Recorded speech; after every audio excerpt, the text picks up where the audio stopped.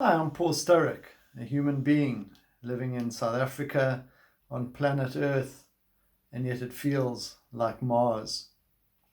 What has changed with COVID-19? Well, there are lots of external things that you would know about, and I'm not going to focus on those now. But what I want to explore is what has changed for you internally with the impact of COVID-19.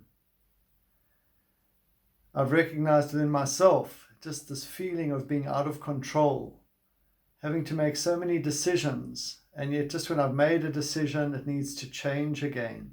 Life has been completely disrupted. My daily routines and rhythms no longer apply, and that is incredibly stressful. So it's interesting just thinking on the past week and what I've done to try and regain control, going out shopping, changing my work routine, working remotely, sorting out things at home, cancelling a telecom account, changing a bank account from one of the major banks to Capitec. And that's been great, all good things. But it's important to understand what's driving it. And it's this feeling of being out of control. So living on Mars requires accepting that life is going to be very different. And similarly, with COVID-19 and the lockdown and post-lockdown, we can't assume that we'll go back to what it was before. And a huge part of that acceptance is starting off with recognizing how we're feeling. While some might feel a level of excitement at the opportunities of the change, for most of us, there's some level of fear, anxiety, stress.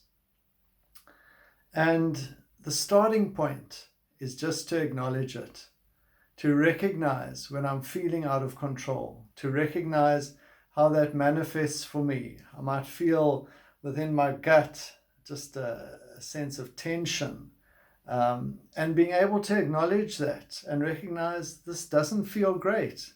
And as I own that, I can actually begin to work with it and live in a different way.